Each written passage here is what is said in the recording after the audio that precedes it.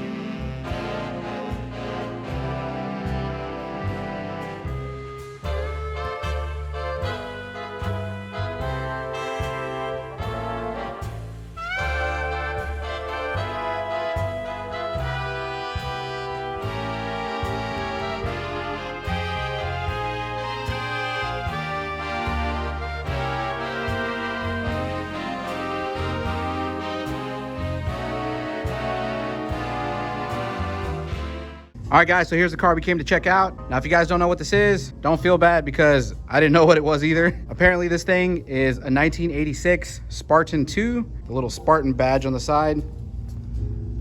Right there, Spartan II. And down here at the bottom, it says by R.E. Sparks. I guess that's the guy who made these vehicles. It's essentially based on the chassis of a Nissan 300ZX. So I believe it's got the same engine, maybe even the same transmission. But we're gonna go ahead and pop the hood open right here. Just lift up on this. You can see we have this Nissan V6 3.0 liter. Now, the owner's complaint is that after they purchased the vehicle at the auction, it was overheating. And so the first thing I did was I took a look at this radiator cap and I noticed we had a bunch of this green crusty stuff around here. And when I took the cap off, I noticed that this thing was pretty much bone dry. If you look in there, you'll see that we don't have any coolant in the cooling system. So it is possible that we might have a leak. I don't know what this stuff is. What is this? Looks like they might have tried to put some leak sealer in there maybe. That's what this sludgy kind of stuff looks like. So anyways, with this concern, we're gonna need to put some water in this. And we're gonna use a pressure tester to pressurize the cooling system, see if we can figure out where it's leaking from, because it's obvious we have some type of leak somewhere. Now, the other concern is that the brake lights stay on all the time.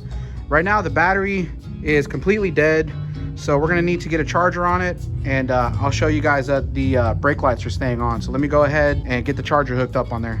All right, guys, so we got the battery charger connected to the battery. We got our positive and our negative lead. Let me take you guys to the back of the vehicle. You guys can see the center high mount brake light and the two brake lights are on.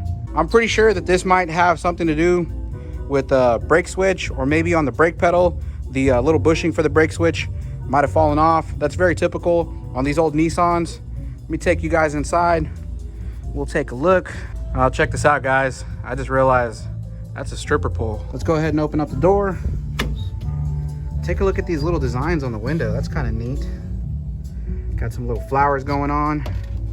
Now, inside basically looks like a luxury Nissan. Kind of neat. Let's go underneath where the brake pedal is at. Now let's take a look at the brake switch. Okay, so I am upside down underneath this dash, trying to get you guys a good view of the brake switch, and we can see it right there. You guys can see the brake pedal switch right here and the little button on the end of it. Now I'm gonna push the brake pedal, let off, Push the brake pedal, let off. So what I noticed is that this brake pedal is not pushing the button or the switch. And I think that's because it's missing the little rubber piece that goes here. Yeah, so if you guys notice, there's a hole in this bracket here. There should be like a little rubber stopper, little button, and that's what actually pushes this little brake switch. You see me pushing on it? Yeah, so that's what's keeping our brake lights on. So we're gonna have to see if we can find a replacement piece of rubber bushing to go in here. That way this pedal can push this button so these brake lights can go off. Being underneath that dash was kind of a nightmare. There is no room down there. So it's just a really tight spot. Anyways, let's move over to the engine, the cooling system. Again, we're going to need to pressure test the system. So I'm gonna go ahead and get some water, fill this thing up, and then we're gonna put the pressure tester on it. All right, guys, so part of our dilemma is that the vehicle we're working on is way in the back corner over there behind, I don't know, a couple $1 million worth of cars. So I can't reach a water hose back there, but we have a sink over here, and I've got a container, filled it up with some water. Now let's tighten down the cap. We don't want to make a mess. So let's go ahead and take this over to the vehicle. Again, guys, I'm going to be showing you in the next video a very detailed video about each and every one of these cars, because some of these are really special. So let's go ahead and walk back there, and this is only half of it. The other half is on that side. Oh, check out this mural, hand painted. That's pretty cool. So let's go ahead and move back over here, back under the hood. Let's go ahead and pour this water in there. Let's try to do this without making a mess.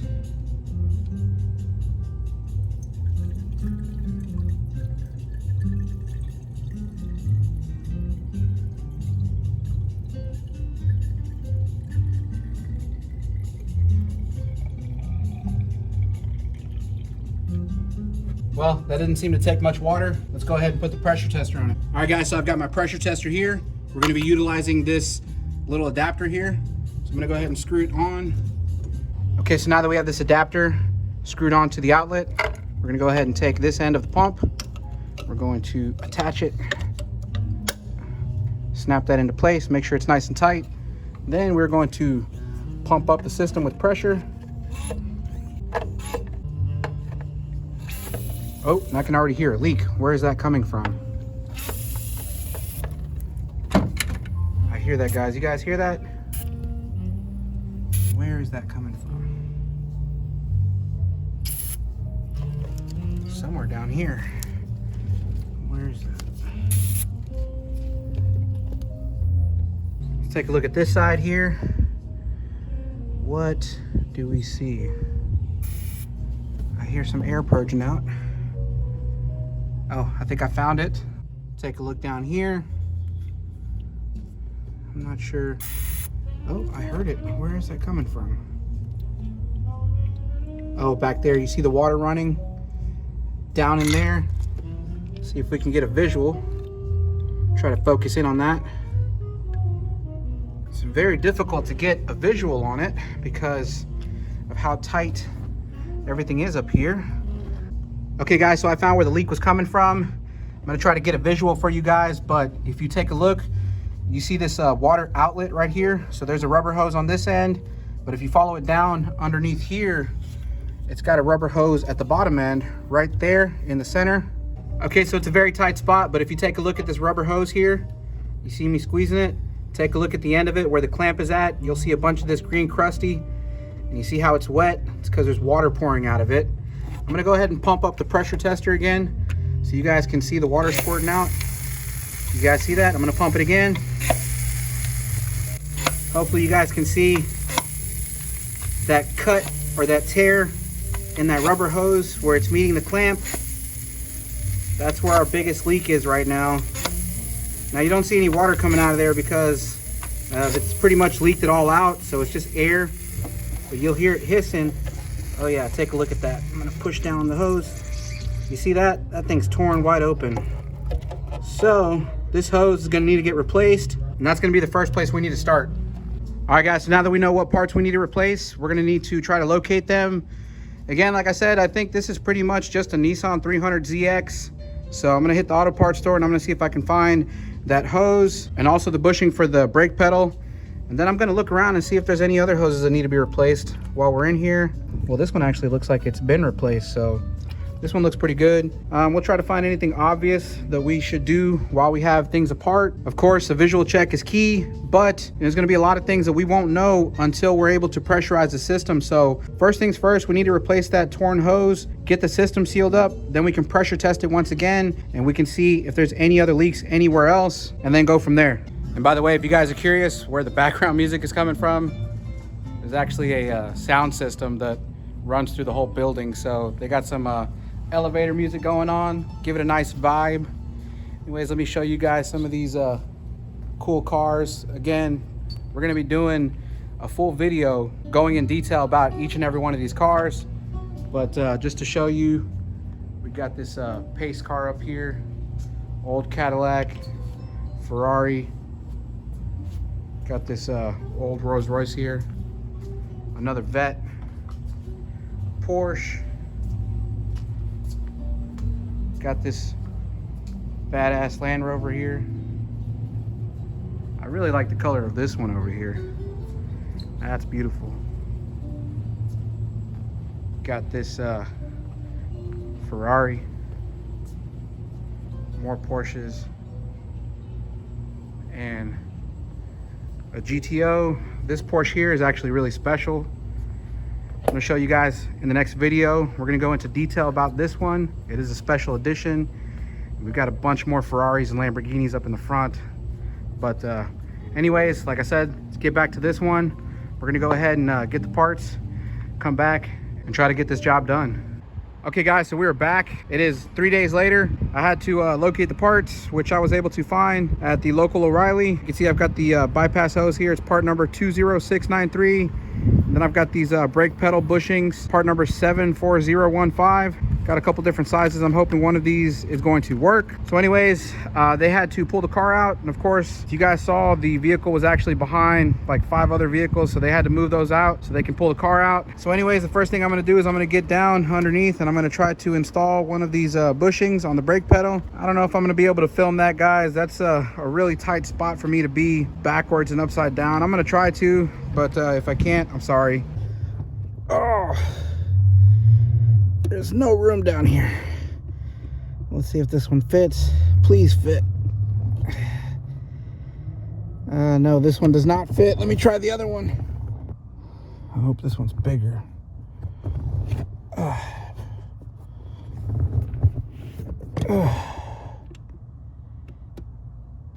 This one does not fit either. Okay. How did I cut my finger? Okay. All right, guys, so I attempted to install each of these little buttons here on the brake pedal, but seems like the backside that goes into the hole in the bracket is just not big enough. The hole in the pedal is too big, so this just falls right out. I think what I might try to do is maybe get an E-clip or something that I can put this into the hole in the bracket and then kind of put the clip on the back side of it to hold it into place. I think that might be one of the ways to resolve this issue. Now, the only problem is that I didn't bring any E-clips with me. I actually have an assortment at home, but I live like 40 minutes away from here, so that's really not going to help me at the moment. I think at this point I'm just going to go ahead and move over to trying to replace the hose. So let's go ahead and open up the hood. Okay, so taking a closer look at this hose, I'm not really sure if I'm going to need to remove maybe the intake manifold to get to it. I know for sure I'm probably going to have to remove the distributor because it's kind of buried way down in there. Now there's also this fuel pressure regulator in the way. Now, I stuck the camera down in here to take a look at this fuel pressure regulator, and it looked to me like somebody had already removed this fuel pressure regulator, because you can see that one of the screws is missing, and that's the one screw that's kind of blocked by the timing cover. So luckily they only put one screw back in there, so that should help us to remove this regulator without having to pull this timing cover off. Now, the only other problem is that the hose on the bottom side has a clamp, and that clamp, I really don't think that I can reach it without removing the timing cover. I think that maybe I can try to remove this bracket right here on the front for this tensioner pulley and hopefully gain access through the hole that's in the timing cover here. I mean, that's what I'm hoping to do. I really hope I don't have to remove the timing cover or remove the timing belt in order to replace this hose. I'm gonna try to remove just this bracket. I'm gonna remove the distributor, and then I'm gonna remove the fuel pressure regulator and see if I can get this hose out.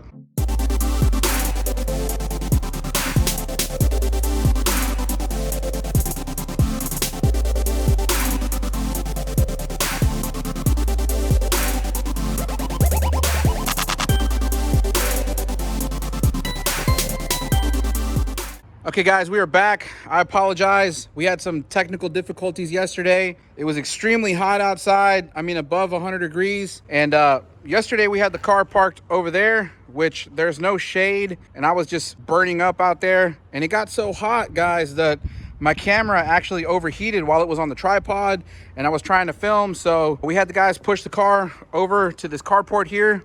So it's a nice little shaded area. Let me show you guys what I managed to do yesterday before I kind of gave up, because like I said, the weather was just really hot and man, I was burning up. So I was able to remove the fuel pressure regulator. So you can see I've got the two hoses disconnected. Now the thing about this is that the hoses were really dry rotted and stuck onto the fuel pressure regulator. So I mean, in trying to take these hoses off, I ended up kind of destroying them, but there really was no other way to do it. I am going to have to replace those two little pieces of hoses. There's one on this side and one on this side, probably maybe 3 inches or so worth of hose on each side. No big deal. I went ahead and I picked up some fuel hose to replace it. Anyway, so with this fuel pressure regulator out of the way, you can see the hose that has the coolant leak. And luckily it looks like we should be able to remove this hose without removing the distributor. Not that removing the distributor is such a big deal. It's pretty easy to do, but you know, if it's one less step that we can make, you know, that's gonna work better for us. The only problem I found, or that I'm running into, let me show you guys. I'm gonna move over to the other side. Again, you can see the hose that we're gonna be replacing right there. Now the clamp on the bottom side, I am able to get to it. I was able to remove that big bracket that was on the front here. There was only like 3 bolts that was holding it on. No big deal. And the bottom clamp, I can actually get to it from the hole in the timing cover. So let me take you guys down there and show you. Okay, so if you look right there, you can see the lower clamp. We have easy access through this hole in the timing cover, so that's no big deal. But let me show you guys the problem with the clamp on the top. So the clamp on the top, we don't have any access to the screw to loosen this clamp. The problem is that whenever they installed this clamp, it looks like they installed it before putting this timing cover on, because the screw is actually facing toward the back of this timing cover. So there is no way for me to get a screwdriver or anything onto that clamp in order to loosen it. And if you take a close look at this timing cover, you'll actually see that it's 2 pieces. So we have the outer piece here, this outer shell, and then whenever you remove this outer shell, we have to remove the timing cover and all of the components in order to remove this back shell. So that's gonna be a lot of work just to remove a clamp on the top. And the way I'm gonna try to avoid having to take this timing cover off is I'm just going to take a cutoff wheel and I'm going to cut through this clamp. I'm gonna cut this clamp off, and then I'm gonna replace the clamp, and I'm gonna try to see if I can position the new clamp maybe in a way that I can reach the screw to tighten the clamp without having to deal with the timing cover. And I'm not trying to overcomplicate this job. I just want to get it done as quickly as possible. So first things first, I'm gonna go ahead and get the cutoff wheel and see if I can cut through that clamp. Okay guys, so I just realized I don't need the cutoff wheel to cut this hose clamp off. And plus there's actually no electrical connection outside of this building, or at least this section where I'm at. So had to resort to trying to use these wire cutters, but they actually work pretty good. Let me show you. I cut this side already, so that side's already split. I'm gonna try to cut this side here, try and get a good bite, see if I can snip it. That break? Yep. All right, so we now have both sides of this clamp separated. Let me try to finagle this clamp out of there.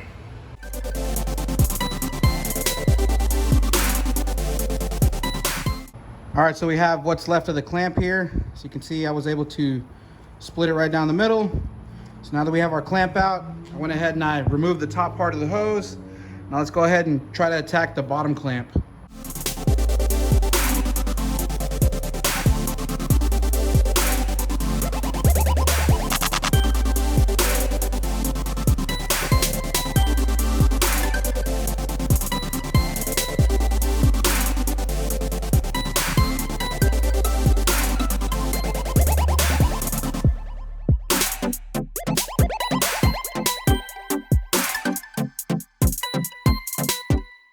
All right guys, so with a lot of fighting, I was able to get the hose out. It didn't come out in one piece. This thing was really stuck on there. As you can guess, this thing's probably the original hose that's been on there since 1986 because it still had the original clamp, so that thing was really stuck on there. Anyway, now that I have it out, let me show you guys. Oh yeah, and look, you can see right here, it actually still has the Nissan logo right there. So this is most likely the original part. So let me show you guys the amount of corrosion that I found on the water neck tube where this hose attaches. So if you look right down in here, you can see where the hose was, and take a look at this filler neck, guys. It's got plenty of corrosion around it, so I'm definitely gonna have to clean that up. You can see the tube on the bottom side. So I'm gonna have to get like a wire brush or something I can use to scrape all of this crap off of there. Make sure we have a nice good seal, and then we're going to install the new hose. So let's go ahead and do this. So here's our hose. So you can see I have the clamps pre-installed. Again, I'm gonna position the bottom one in the same way that it was positioned before on the vehicle because I was able to access this one.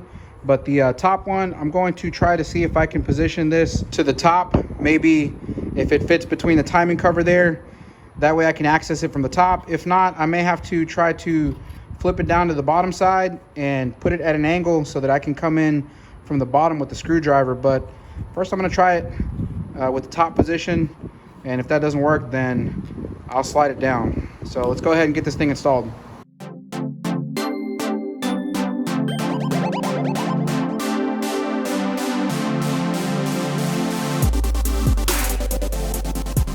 Let me apologize for skipping ahead here. It's actually starting to get dark outside, so it's time for me to get out of here. Now, I was able to replace the hose, but not without a fight. So let me show you guys the hose. I finally have it installed. You look right here. See, we have the clamp up at the top. Now, I wasn't able to position the clamp here, but I was able to get it on the side down here on the timing cover. And then you can see the bottom part of the hose. We have it connected and the clamp is attached, so you can see the clamp right there and the hose. And I don't know if I can show you the other side. It's really difficult to see. I don't know if that's gonna show up on the camera or not, but we've got the top part of the hose clamped down, and I'm getting ready to go for the night. Now, what happened with this hose was that it was actually too small in diameter, so for the life of me, no matter how hard I tried, I could not get it to fit onto the bottom tube at the bottom. So I actually ended up going back to the parts store and explaining to them, you know, that I needed a bigger hose, but by application, that's the hose that showed up, and we really couldn't find anything else that matched up like this one. So I ended up coming back here, and I actually had to stretch the hose using like a pry bar and some pliers. I used the handle of the pliers, I stuck it into the hose, and I used a pry bar to spread those handles open and to just stretch the hose. And I was able to stretch the hose enough for it to slide on. I mean, it was still a pretty tight fit. Slide onto the neck, the water neck.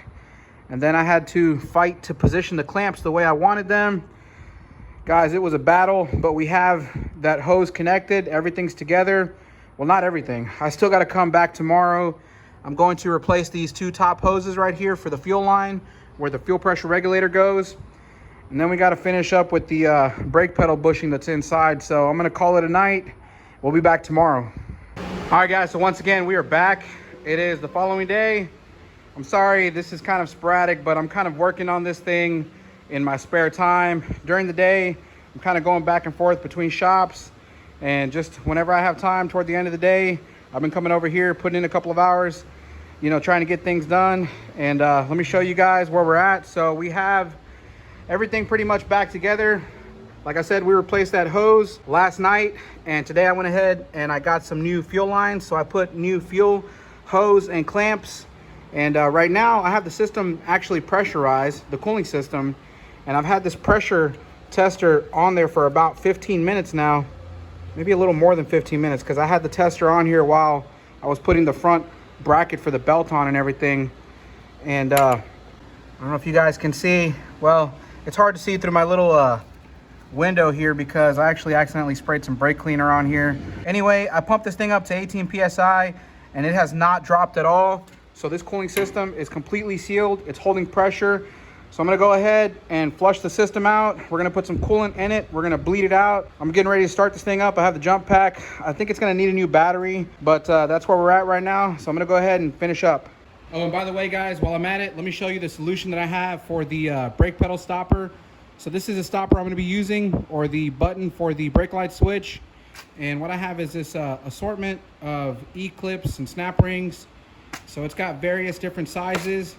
If you guys need a part number for this kit, 799323 Dorman. I'll try to put a link in the description. But I think I found the clip that I'm gonna be using.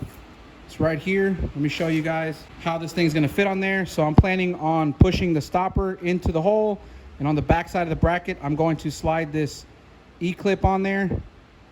And as you guys can see, it stays nice and tight once we have it on there. So hopefully this is going to be the solution that I'm looking for. It looks like it should be. So I'm gonna go ahead and move under the dash and try to install this thing. Okay, so I've got the brake pedal bushing installed. I'm sorry I couldn't show that to you guys. Again, that thing is way up underneath the dash. It was hard enough for me to get under there upside down and install that thing. But I did have to do a little bit of modification to get the clip to fit, but I was able to get it on there, and now it's not going anywhere. So that's ready. I've got the jump pack installed. I'm ready to start this thing up.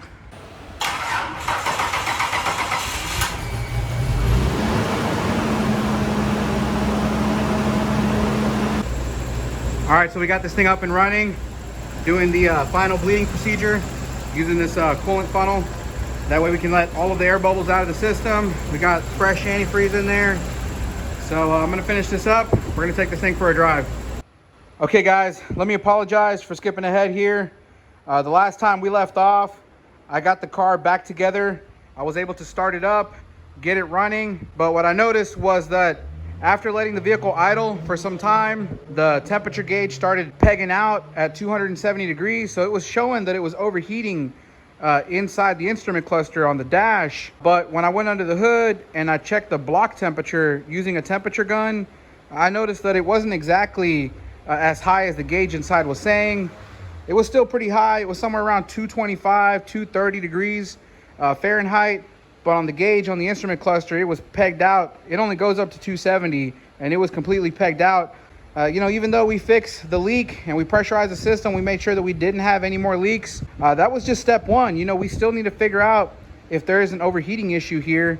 Anyways, what I decided to do was go ahead and replace the coolant temp sensor. The only problem is that the coolant temp sensor is actually in a really difficult location to get to. You actually have to remove the timing cover and everything on the front of the engine to get to it. Let me see if I can get you guys a visual of where it's at. I'm gonna come down in here. You guys can see where the timing belt is. And if you look right over there, that's where the coolant temp sensor is. Also known as a cylinder head temperature sensor because it's bolted to the cylinder head. Now that's the new sensor. I already went ahead and I installed the new sensor. The old one I have over here. Let me show you guys. Well, I broke it in the process of taking it out, but if you guys can see, this is the old cylinder head temperature sensor. And again, that thing's in a really difficult spot to get to. So I figured while we were there, I went ahead and replaced the thermostat. And also I'm replacing the fan clutch. I have the fan on the ground over here. And here's the box with the new clutch. So the old clutch is still on the fan. I have not yet switched it over. We have the new one over here. And this is gonna be our thermostat. This is a new thermostat, but let me show you guys the thermostat that I pulled out of the vehicle. So if you look at this thermostat, the first thing you'll notice is that we got a lot of crud caked all over this thing.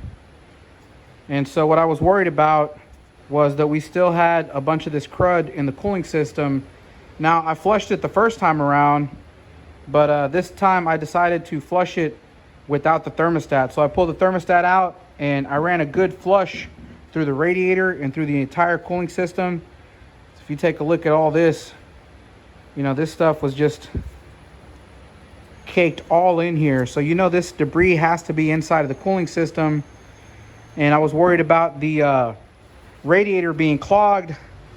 So I went ahead and I flushed it out. The way I did that was I took a garden hose with some high pressure and I stuck it into the top right here.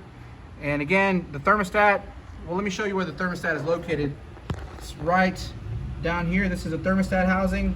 I went ahead and I cleaned all of this up already, but I flushed the block by allowing the coolant to come out through here, putting pressure in through the top, and then I blocked off this passage and I allowed the radiator to get flushed out by putting pressure into here, and then the water's going to flow through the top of the radiator, come out through the bottom hose, and come out of here, which actually this hose here I'm going to end up replacing it also because it is torn, so that's going to need to get replaced. It tore when I was taking it off because of course this is an old vehicle.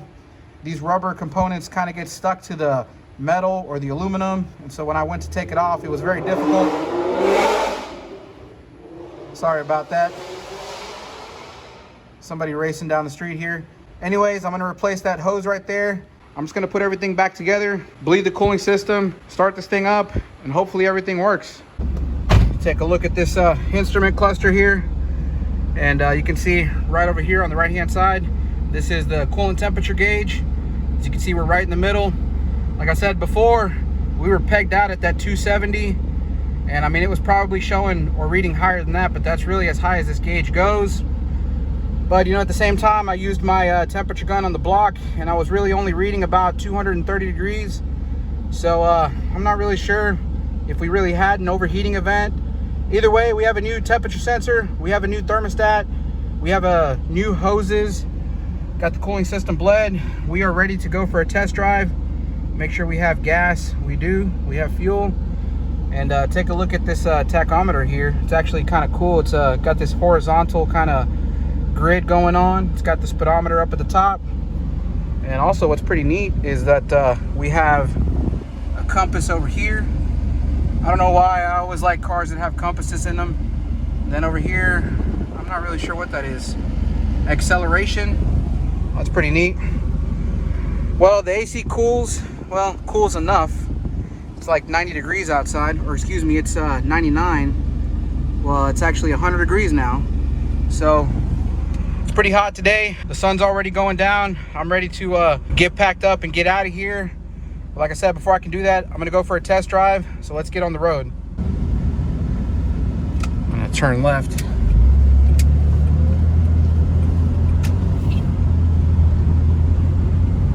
Man, I'll tell you, this car surprisingly drives really, really smooth. Almost like driving a big old school Cadillac or a big body Lincoln. But yeah, it's really, really smooth. Let me go straight here.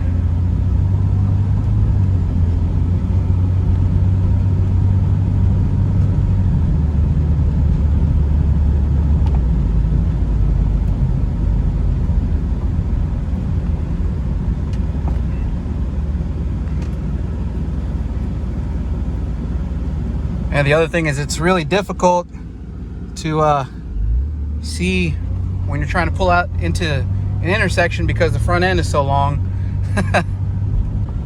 It's more of like a luxury vehicle than a sports car, I guess. So comfort is really the most important thing here. Okay, so after driving here for a little bit, I'm noticing that the temperature gauge is going up. You guys see that? We're getting up to that 270 area. Oh man, so it looks like we still might have an overheating event. Let me go ahead and get this thing back over to the shop. All right guys, so unfortunately I don't think we were really able to resolve the problem here. We still have an overheating event. As you can see, we're pegged out at 270. And I don't know. I mean, I think at this point, either we have a problem with the radiator, or we may have a blown head gasket. I'm really hoping it's not a blown head gasket. So I'm gonna go ahead and shut this thing off and try to figure out what our next step is. Okay guys, so we're back. It's actually been a couple days since I've last seen the vehicle. And if you guys recall where we left off, we still had an overheating condition. Now we've already replaced the thermostat, we replaced the fan clutch, we replaced the hose that was torn, we flushed the entire cooling system, we flushed the radiator out, we put fresh antifreeze coolant in there, we bled the system out, but we still have an overheating condition. So that leaves a possibility that we may have a problem with either the radiator being bad, maybe even the water pump.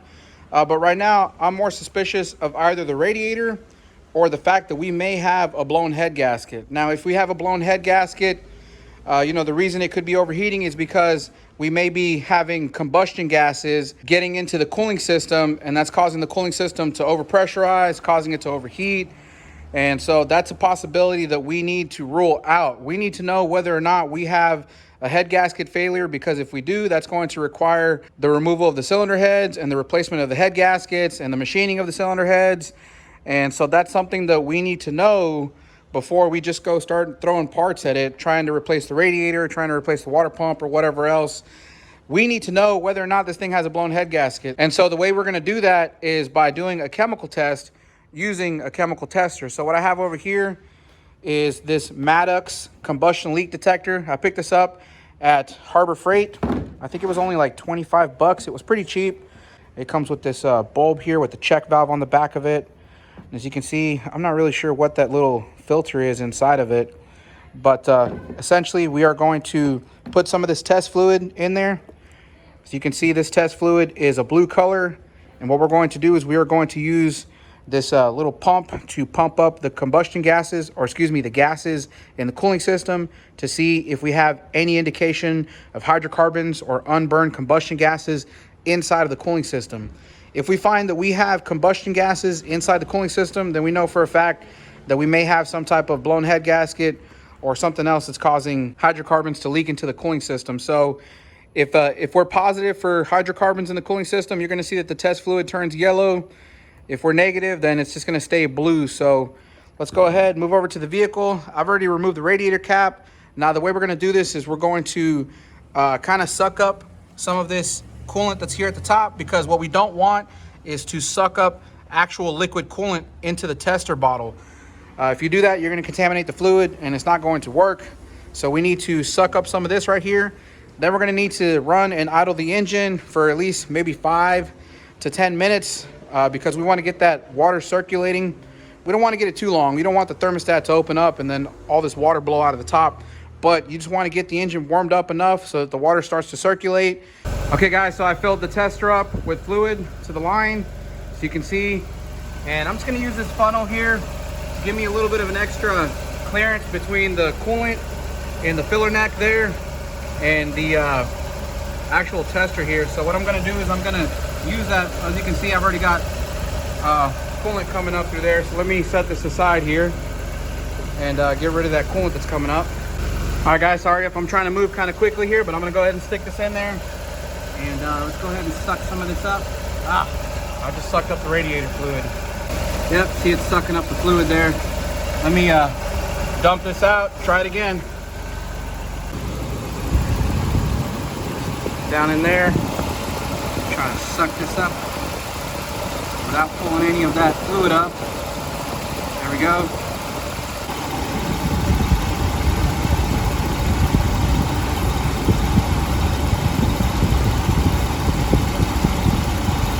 We're not changing colors yet. And I can see through the funnel that we don't have any coolant coming up. So let me just keep doing this for a minute here. See if we get a change in color. I've been at this thing for about 10 minutes now. I've actually changed the fluid on this thing twice because I ended up sucking up some coolant. But even after having this vehicle run, the thermostat open, I just continue to see no change in the chemical here. So you can see we're still nice and blue. That indicates we don't have any combustion gases getting into the cooling system. So I think at this point, I'm pretty confident that we don't have a blown head gasket. Let me check that out. It's still nice and blue. Again, like I said, I don't think we have a blown head gasket. More than likely, we probably have an issue with the radiator. Judging by the looks of it, it looks like it's the factory radiator. When I looked at it from the bottom, I could see it was pretty rusted. So like I said, guys, I tried to flush it, but I don't think flushing it is enough. So it's probably time to change it out anyway. And you know what, guys? It makes sense that we don't have a blown head gasket because we don't have any of the other telltale signs of a blown head gasket, such as water in the oil. I checked the oil level and the oil condition. There's no milkshake in there. The oil looks fine. Also, we don't have any white smoke coming out of the tailpipe. We don't have any misfires that are correlated with cold starts or anything like that. So, I mean, at this point, I really don't think there's a head gasket problem at all. I'm gonna go for replacing the radiator. That's gonna be our next step. Like I said, the thing needs to be replaced anyway because it looks like the original one that was on the car since 1986. So that radiator is probably just no good anymore. So that's our next step.